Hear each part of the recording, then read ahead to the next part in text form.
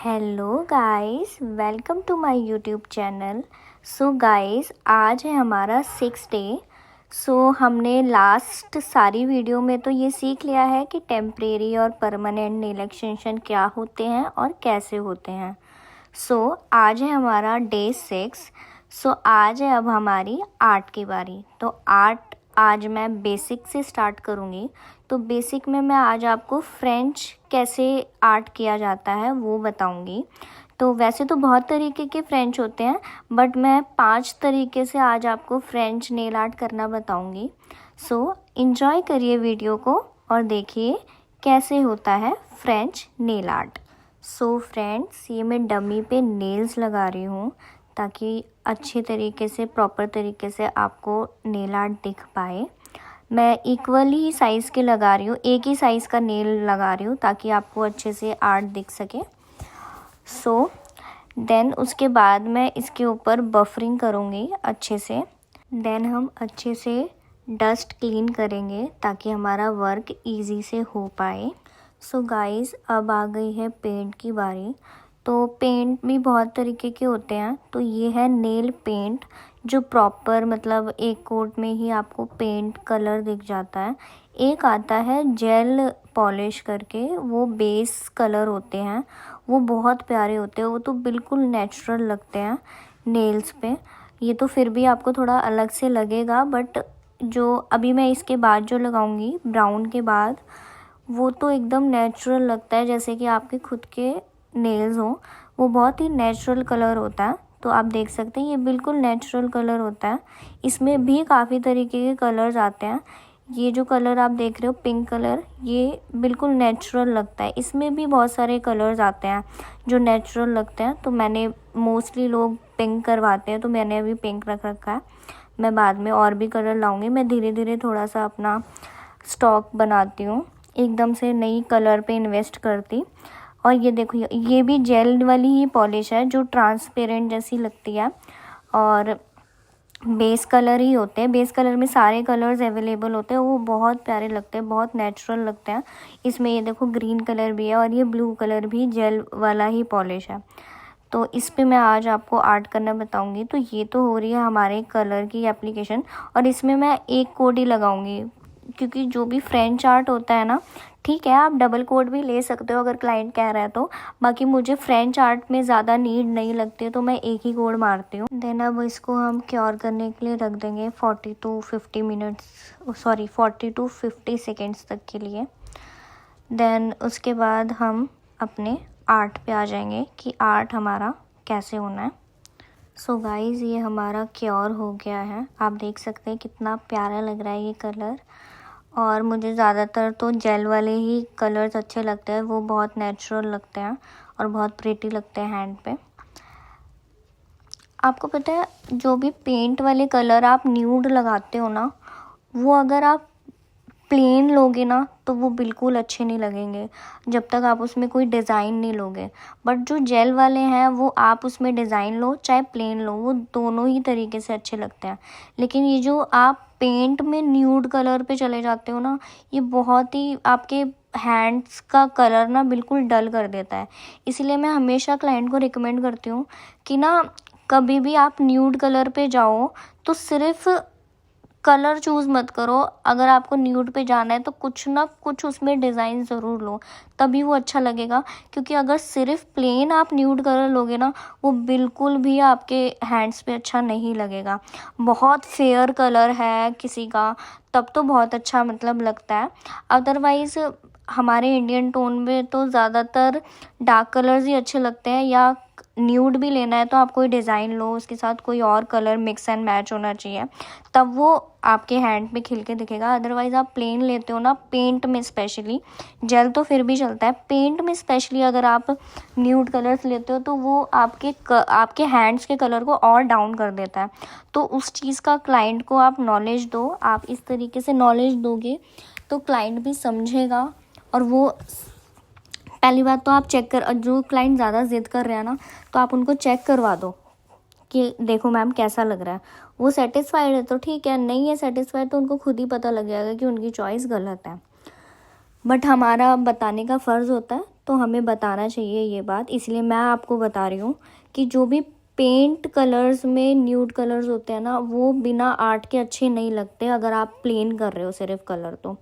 तो इस बात का भी ध्यान रखना, आप हमेशा क्लाइंट को इस चीज़ का सजेशन ज़रूर देना।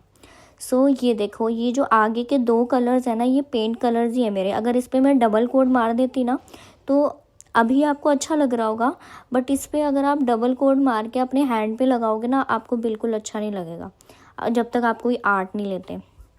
तो ये देख सकते हो, मैं आर्ट अब अलग अलग तरीके से करके दिखाऊंगी।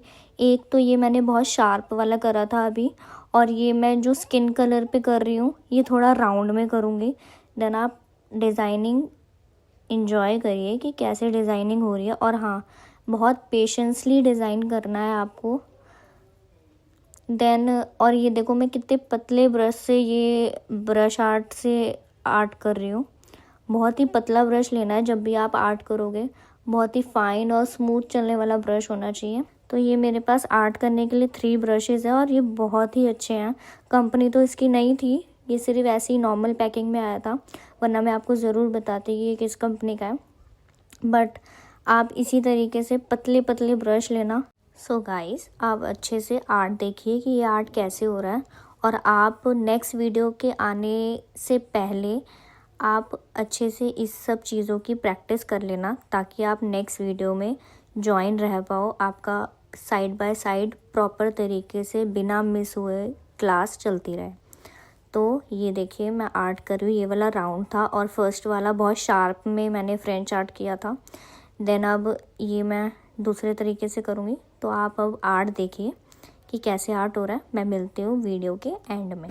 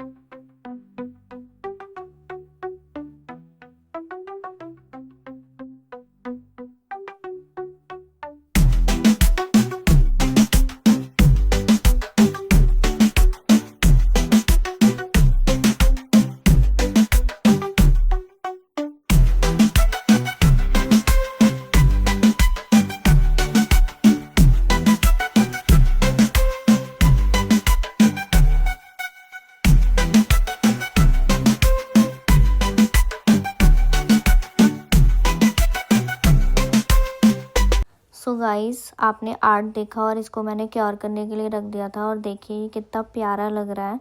आई होप आप सभी को ये आर्ट करना आ गया हो और समझ में आ गया हो। आप प्रैक्टिस करना बहुत अच्छे से। अब देखिए मैं कुछ नेल्स पे ये ग्लिटर फिल करूँगी। ये मेरे पास सिल्वर ग्लिटर है, तो ये मैंने ग्रीन वाले में और ब्लू वाले में फिल करा था। तो आप देखिए कि इसे भी कैसे करना है। आर्ट करते समय मैंने वीडियो को फास्ट नहीं करा ताकि आप तसल्ली से और आराम से एक एक चीज़ और हाथ चलाने का तरीका अच्छे से देख सकें। तो वीडियो को बिल्कुल भी स्किप ना करें, बहुत प्रॉपर तरीके से। अगर जिसको भी इंटरेस्ट है और वो बहुत अच्छे से सीखना चाहता है नेल एक्सटेंशन कोर्स, तो वो एक भी चीज़ मिस ना करें। वो एक एक चीज़ प्रॉपर तरीके से ध्यान से देखें और उसी को रिपीट करें।